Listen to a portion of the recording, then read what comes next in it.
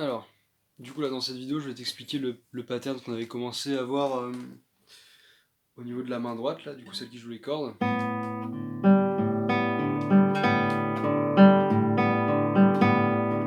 Voilà, pour le morceau que je t'ai envoyé.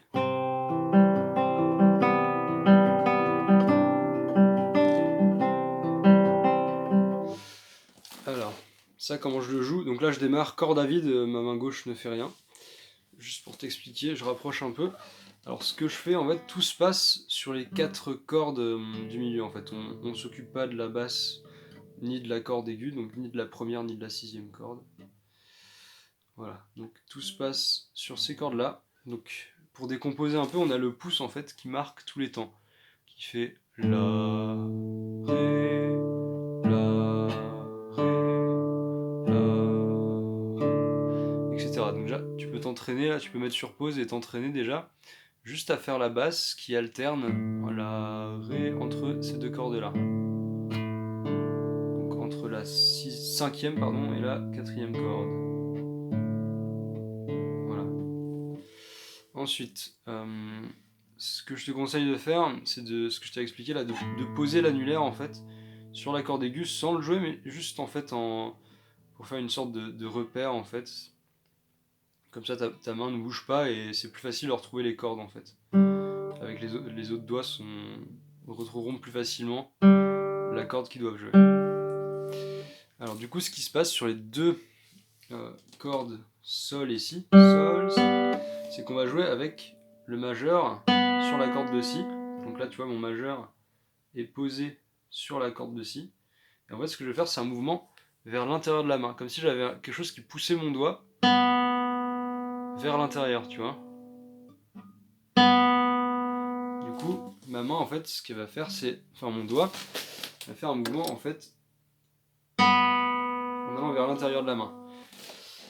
En fait, c'est un mouvement comme si tu voulais fermer ton poing. En fait, tu vois, quand tu fermes ton poing, tes doigts vont vers l'intérieur et c'est le même mouvement que tu dois apporter, en fait, à ton doigt. Mais indépendamment, c'est-à-dire pas tous en même temps. Ici, c'est un doigt après l'autre. Donc ici, donc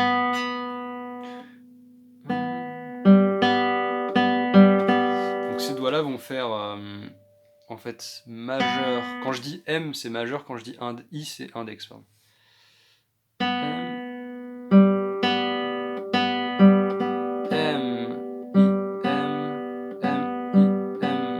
En fait, tu as toujours une alternance M, I, M, mais un peu décalée à chaque fois. Parce que par rapport au pouce, en fait, la première note, c'est PM en même temps. Donc pouce et majeur. Voilà, les deux en même temps, donc il y a le La à la basse et le ici, là c'est la note Si que je fais. Voilà, donc un mouvement un peu comme si tu voulais fermer le poing en allant vers l'intérieur en fait, comme si tu avais quelque chose à. Comme si tes doigts se rapprochaient en fait, et vers l'intérieur de la main. Ensuite, ce qui se passe donc PM, ensuite PI. Donc là, ce que j'ai fait, c'est qu'au début, j'ai fait PM en même temps, comme on a vu juste avant, et après, j'ai rajouté donc la deuxième basse Ré, Ré, et là, Sol, donc PI.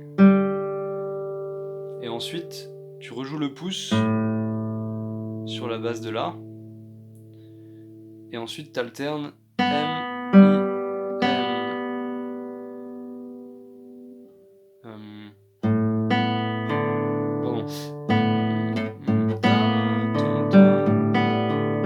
Voilà, après, tu as une alternance. Du coup, tu as une fois ce que je t'avais expliqué, la basse en même temps que l'aigu. Ensuite, alternance P, I. Ensuite, c'est P, M, P, I. P, M, P, I, P, M, P, I, P, M, P, I, P, M, P, I.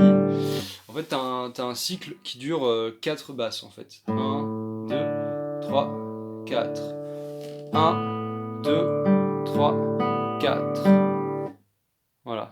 Donc là, ce que tu peux faire, c'est sur une petite feuille de papier, tu te marques quelque chose comme PM, Donc sur la même ligne, PM, PM, PI, donc PM en même temps, ensuite PI, ensuite PM, PI, PM, PI, voilà, pour avoir un repère visuel aussi. Donc là tu peux essayer de le travailler très lentement.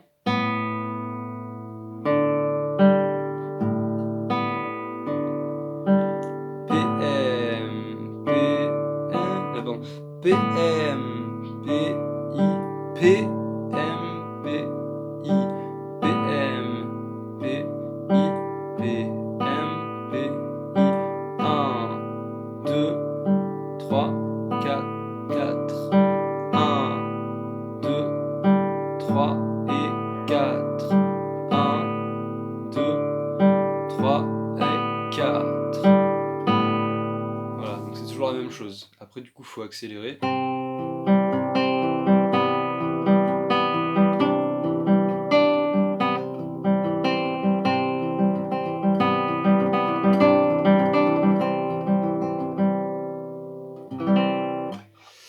Voilà.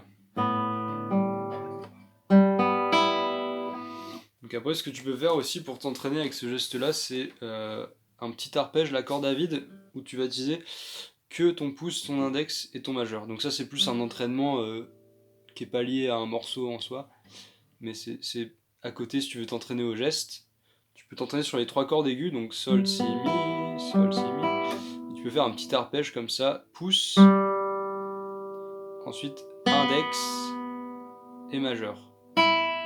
Donc sur les 3 cordes à la suite. Donc tu peux alterner comme ça. 1, 2, 3, 1, 2, 3, 1, 2, 3, 1, 2, 3, 1, 2, 3.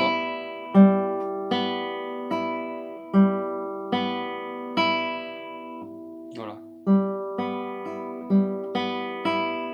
En visant bien la bonne corde.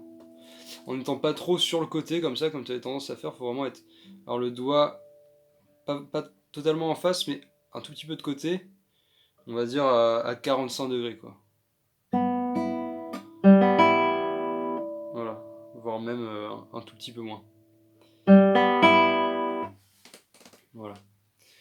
Donc là, pour la prochaine fois, ce que tu peux faire, c'est essayer d'avoir au moins ce geste, cette tourne-là de PM, PI, PM, PI, pouce majeur en même temps, pouce index, pouce majeur, pouce index.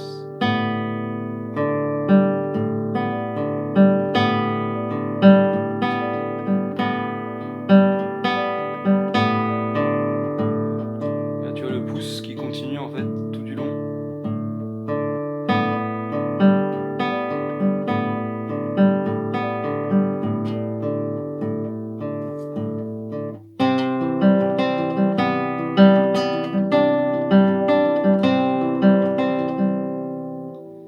Voilà. Et tout ça, donc sur le morceau, tu as un accord de Do et un accord de La mineur en fait. Donc ça, on verra ça. Do, Do, Mi, Sol, Do. Donc troisième doigt, troisième case de La, deuxième doigt, deuxième case de Ré, premier doigt, première case de Si. Do, Mi, Sol, Si, accord de Do majeur.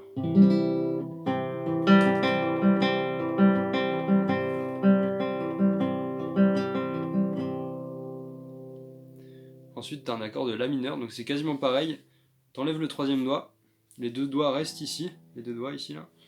Et en fait, le La mineur, ça va être ce troisième doigt qui se glisse, en fait, deuxième case de la corde de Sol, pour aller sur un La. La, Mi, La, Do.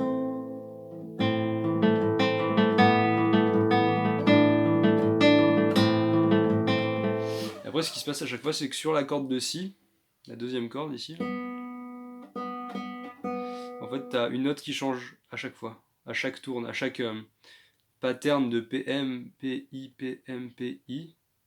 Une fois que tu avais ça, tu changes en fait. Au début, tu as le premier doigt, ensuite tu auras quatrième, ensuite corde à vide. Pardon, corde à vide avant. Corde à vide. 0, troisième case, première